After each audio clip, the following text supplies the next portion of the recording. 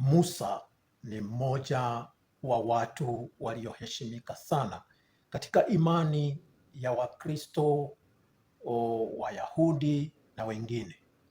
Kuongoza zaidi ya watu milioni moja ukiwa na wao hapa kwa hapa haikuwa jambo rahisi.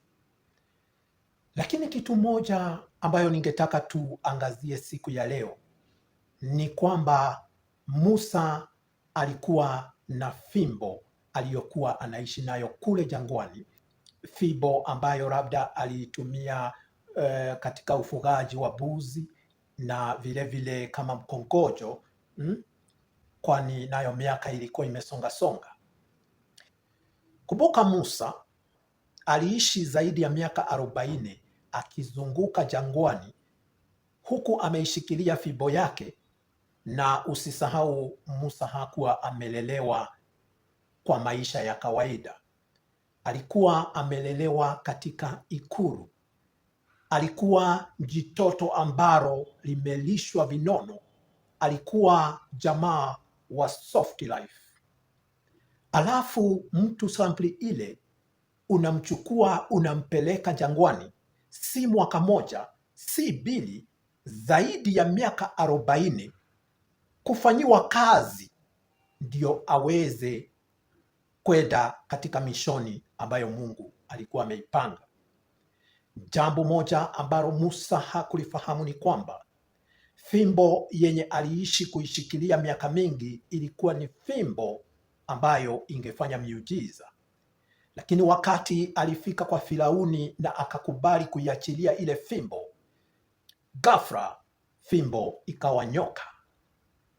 Na ninaamini haikumstua tu Firauni na watu wake, bali hata Musa ilimtingiza kidogo kushangaa, nimeishi kumshikilia huyu nyoka hiyo miaka yote? Lakini ukweli ni kwamba ilikuwa tu ni fimbo ya kawaida. Wakati hakukuwa na amri ya Mungu ya kuiachilia, ilikuwa ni kitu simple, kwani fimbo si kitu cha maana. Ni kitu ambacho unaweza kipata mahali popote pale, kukata mti tu na kutengeneza fimbo mzuri. Ni kitu chenye kinaweza patikana kwa urahisi, tena ni kitu hata hamna mtu anaweza kiiba. Ni kitu ovyo tu. Lakini hii fimbo ndiyo Mungu aliitumia kufanya miujiza kumpitia Musa. Siku ya leo Roho wa Mungu amenituma kwako na huu ujumbe ya kwamba huenda kama vile Musa umeishi kusunguka jangwani miaka na miaka, huku umeishikilia fimbo ambayo hujafahamu kwamba inaweza kufanya miujiza ya ajabu. Watu wengi hatujakubali mwito wa Mungu, na hivyo fimbo zetu ni useless. Talanta yetu na chenye Mungu alitupa, kwani kila mtu ana fimbo yake ambayo Mungu alimkabidhi alipomleta katika hii dunia, lakini tumeichukulia tu kama kitu rahisi, kitu simple, na tunaona kama hakiwezi fanya mambo makubwa.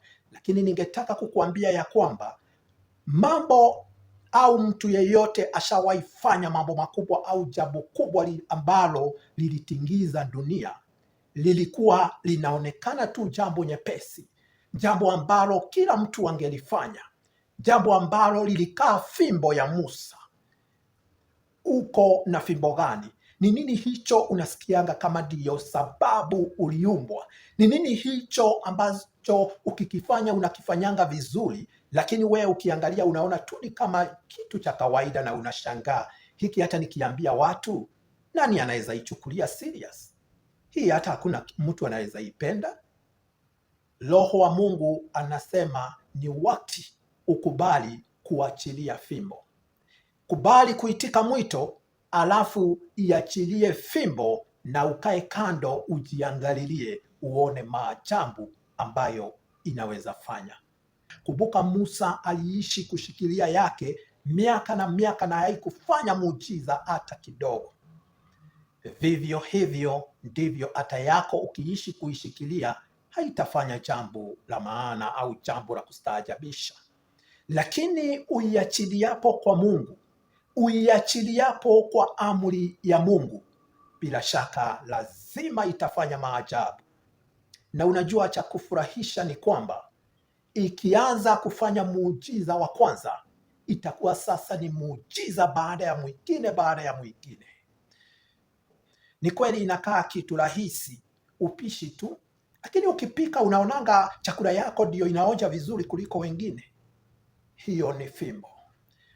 Kupiga picha tu, lakini mkipiga mkiwa wengi, zako ndizo zinatoka zikiwa mzuri sana. Hiyo ni fimbo.